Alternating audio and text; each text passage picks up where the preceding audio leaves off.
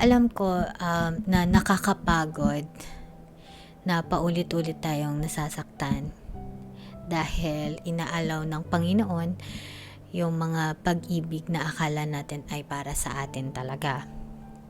Meron pa nga na umaabot ng ilang taon bago mo malaman at bago ipakita sa iyo ng Panginoon na hindi pala siya yung para sa iyo, na hindi pala yun yung pag-ibig na para sa iyo.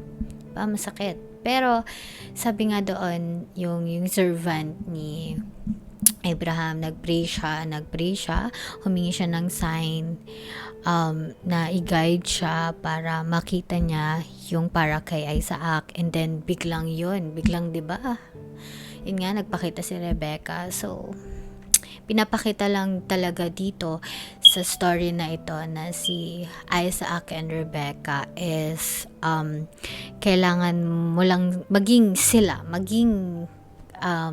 katulad ng puso nila, na magkaroon lang tayo ng faith, magkaroon lang tayo ng tiwala sa Panginoon, and kailangan natin ipag-pray palagi sa Kanya. Yung partner, yung makakasama natin, yung babae or lalaki makakasama natin, yung gusto nating makasama for life. Yun lang. Kailangan lang natin na magkaroon ng faith, kailangan lang natin ipag-pray, and kailangan lang natin magtiwala sa Panginoon.